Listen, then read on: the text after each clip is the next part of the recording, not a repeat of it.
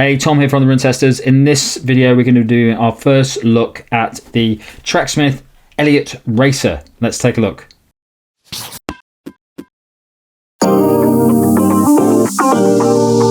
The Tracksmith Eliot Racer costs £275 or $280. It weighs 215 grams or 7.6 ounces for men in an 8.5, and the drop is 7.5 millimeters. The Eliot Racer is the first carbon plate race shoe from the popular running apparel brand. Aside from its sleek design, the shoe combines a carbon plate with a cushioned drop-in midsole made from a supercritical foam to produce a high level of energy return. The shoe also features an aggressive rocker shape for an efficient toe-off, a generous rubber outsole for grip and durability, and silicone skin laces to ensure a secure fit when racing. So it comes to the fit of the Tracksmith Eliot Racer. I've got a UK 9.5 actually, which is half a size up my normal UK size, but that's a US 10, which is the size I use with lots of brands. I'd say for a US 10, it is smaller than other US 10s I've tested. I think it's got a more kind of dialed in fit, but it does work for me pretty well because, like I say, I'm usually a US 9.5 or a 10, so the fit I've got is pretty much perfect. I'd say though, if you are bigger for your size, I'd look at maybe going half a size up for sure, because it isn't the roomiest shoe up there.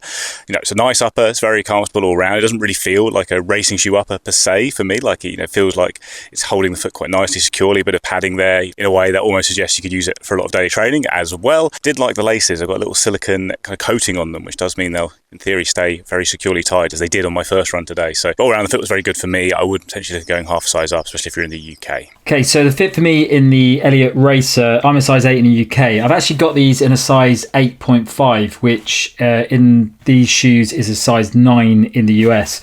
I'm glad I've got them in the UK 8.5 because they fit very comfortably. There's the right amount of space in the forefoot. It's actually quite a roomy shoe. For a race shoe, it does feel a little bit more forgiving across the whole length of the shoe. But that does mean you have to tighten it a little bit more just to get a nice lockdown fit in it, because it is quite roomy. And when I first put them on and went out in them, I did feel that they weren't quite locked down enough. So I did have to pull the laces in a bit and get a nicer fit on them. But I would probably say that going up to half a size above in the UK size that you use is probably the way to go. I think I'd definitely stick with the 8.5 for these, even though I'm a UK size 8.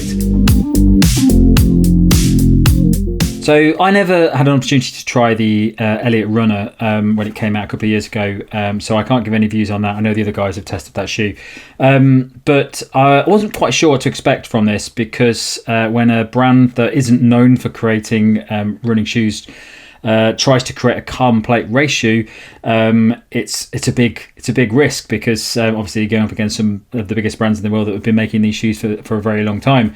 So I wasn't entirely sure what I was going to get from this shoe. The first run I did, the run I've just been out on, was a 5k fartlek. I tried to do a lot of different paces across the course of the run, and that varied between 5-minute kilometers all the way down to about 3-minute 40 kilometers, just to see how it felt at those different paces. The main thing I noticed about this shoe is that at easier paces, it doesn't really feel like a super shoe. It's not a very aggressive feeling shoe. It doesn't feel like it's really trying to make you run faster. It feels like a very conventional faster shoe. It's very light, and it definitely looks and feels like a race shoe in the hands. But when you are running it at a nice easy pace, it doesn't feel like it's trying to make you run faster, which you do get with a lot of super shoes like the Alpha Fly and things like that, where it really feels like it wants you to sort of pick up the pace and tips you over as you're running. This doesn't feel like that. It doesn't feel very aggressive, and it doesn't particularly feel like there's loads of energy return in it, especially at those easier paces that I would expect from a lot of super shoes. When I picked up the pace in it, it starts to kick into gear a bit more. And it at faster paces, it does the job quite nicely. It does feel quite fast at those paces. But what it doesn't do is it doesn't feel like it's doing loads. So quite often when I'm testing a shoe out now, something like the Hoka CLO X1 2.0, that shoe, as soon as you put it on, it just feels like there's so much energy return and bounce. It just feels like a shoe that really, really forces you to run quickly and helps you to run quickly.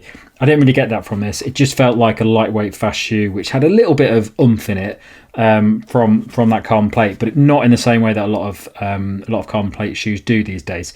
I think one of the main things about it is the way that it's designed with this midsole. It's got this drop-in midsole. So the carbon plate actually sits quite low in the shoe, and the midsole itself is where most of the softness comes in the midsole. It is a relatively soft midsole, so there is quite comfortable, soft feeling when you're out there. But I think because the carbon plate is quite low, it doesn't feel that aggressive, and you don't really feel a pop from that carbon plate on the run. So as a result, it does feel like a more conventional speed shoe as opposed to what you might expect from a lot of shoes out now. If you compared it with things like the Hoka CLO X1 2.0 or the original version, or things like the Alphafly, it does give a considerably more conventional ride. It doesn't feel like a shoe that's really popping you forward and bouncing you and giving you loads of response from that carbon plate. It just feels like a fast, lightweight shoe, which I think some people will like, but it's a very expensive shoe as well. So obviously it's Tracksmith. People like wearing Tracksmith. I like wearing Tracksmith. I think it's a fantastic brand. I think some of the stuff that that they make is really, really nice, and I've got stuff, most of the majors that I've done, I've got the Tracksmith kit because I really like the kit, and I think it's much nicer than the stuff that you get from the sponsors of the marathons. So I can see where it fits in. If you really love Tracksmith, and you desperately want to race in a Tracksmith shoe, what I would say is from that first run, it is a good fast shoe. I mean, you're not buying a shoe purely for fashion here. You're buying a shoe that does have some performance benefits in, but I don't think it's up there from that first run with a lot of the other faster shoes I wear. I think you're getting a bit of a trade-off. You're getting a really nice looking shoe, you're getting the brand design, all that sort of stuff, but you're losing a bit of that entry return and a bit of those modern design aspects that you get from the performance level shoes. So after that first run, I mean, I've got a lot more running to do in this shoe now. That was only a 5k fartlek, so I've definitely got to do a lot more longer distances in. I'll probably race in it at some point. But it was positive. I just don't think it didn't wow me. I think it was absolutely fine for what it is, and I think it's a lovely looking shoe, and it did feel very comfortable. I just didn't put it on and think I'm really going to go out and run my fastest PB race in these shoes from that first 5k. Hello from a gloriously sunny London. I'm about to head out and do my first run in the Tracksmith Eliot Racer. It is a lovely sunny day, which is why I'm wearing these fantastically over-the-top sunglasses. One of the reasons I'm wearing them, the other reason being that Tom's editing this video, and I think it will annoy him that he has to look at them throughout the edit. I have got a nice, easy to steady progression run on the cars today, so basically it's a nice chance to test out the shoe at a range of paces, start off pretty relaxed, quickly start to move through the gears, and probably finish somewhere around marathon pace, and hoping the shoe will be nice and comfortable for those easy paces, and then feel nice and fast later on. Should be a good ride. I look forward to getting out in the shoe. It's a nice looking shoe. I was pretty impressed by the Tracksmith Eliot Runner, I have to say. Like, for a clothing brand to come out of a shoe that good was pretty impressive. So I'm hoping the racing shoe is similarly so, especially to live up to that high price. But yeah, let's get out, enjoy the sun, and do some running.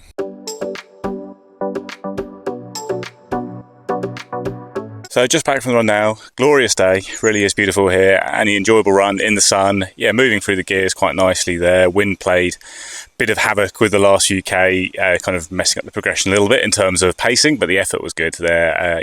Raising my heart rate each K rep, that kind of thing. Shoes are really good. They're very comfortable shoes, I would say, for starters. Like, they hold the foot nicely, no concerns around the upper. Yeah, good cruising along at the slower paces in the first half of the run there. And then, yeah, you do feel the kind of punch from the foams in the second half. It's nice, quite a soft foam, bit of spring to it. As a heel striker, I could feel the plate, coming through, slapping through, hitting that plate, and then kind of bouncing off and moving on my way. I don't think it's the most aggressive ride for sure compared to some of the other super shoes I've been testing recently, like the Mizuno Wave Rebellion Pro 3 or the Hoka CLO X1. They've got much more rockered, bouncy, forward tilting feeling to them, but this has got more of a relaxed feel, more of a traditional ride to it, but you do get a little bit of the punch from the foams and all that. So it felt good today on that kind of run. Like I said, it's got a slightly more muted ride than some of the super shoes, so I'll be interested to see if it really does have a lot of pace when I do some more focused speed work in it and long sustained hard sessions and intervals of the track and that kind of thing. But it felt nice today. It feels like it's got the elements of a super shoe in it with the foam and the plate, and the foam does feel like a good foam, but definitely do some faster paces in it to see if it really does have the kind of performance level you expect from a top super shoe these days. So obviously very early days, but a nice, enjoyable first run in the Tracksmith Eliot Racer today. I think it's going to be a compact racing shoe that will work at a nice range of paces. Could be one that you can end up doing a fair bit of training in as well. I did enjoy it at the more relaxed paces. And then it had the speed at the end there. I do think this is a good foam they've got in the midsole here. It does feel nice and bouncy and comfortable at the heel, not spring to it. Like I said in the run test, what's really going to be the key factor though is how it really performs at faster speeds and just more dedicated speed workouts, which I'll do in the next couple of weeks or so. Obviously, you've got a really high price tag here. It's never necessarily going to be worth that price tag if you're looking on performance alone, because that would mean it have to be the best shoe on the market, because it is so much more expensive than amazing shoes like the Asics Meta Speed Sky Paris, Adidas Adios Pro 4, Puma DV8 Nitro Elite 3, this kind of thing. So there's always an other element when you're looking at a Tracksmith product, because you are getting the design here. You're buying into the whole ethos of the Tracksmith brand, which is obviously got a very strong brand and one that lots of people like a lot. But as with the Eliot Runner, I do think they've punched above their weight as a brand that is more focused on clothes and producing what seems like a pretty solid shoe here in obviously a very competitive category. So certainly looking forward to doing some more speedy runs in the shoe, but it was an enjoyable first outing, and we'll come back with more dedicated thoughts on how it compares to the other top options on the market in our full review. So my verdict from that first 5k, I sort of covered it there. I think it's a shoe that it crosses the boundary of fashion and performance level. I don't think it's just a nice looking shoe that you're going to buy because you want a shoe that's got the Tracksmith brand in. I think you could quite comfortably race in this very well. I think it has got good performance elements in it. I think it's definitely a good carbon plate racer, but I still think that there is a trade-off with this shoe in that you are getting a bit more fashion than you would get with a lot of the other carbon plate shoes, and I think that is a trade-off where you're probably losing a bit of performance based on that first run that I've done in it. I don't think it's a bad shoe off the basis of that first run. I just didn't get a wow from it initially, but I do think it's a very conventional feeling fast shoe. So I think for some people they will actually prefer that to some of the more energy return modern style designs that are made. But I've still got a lot more running to do it in it, and we'll see over the next few runs I do in it how that pans out. That's it from us on this first run review. Thanks a lot for watching. Don't forget to like, subscribe, and click that little bell. And if you're going to catch me below, you can find it to our podcast, which comes out a couple of times each month. Thanks a lot for watching. Catch you next time.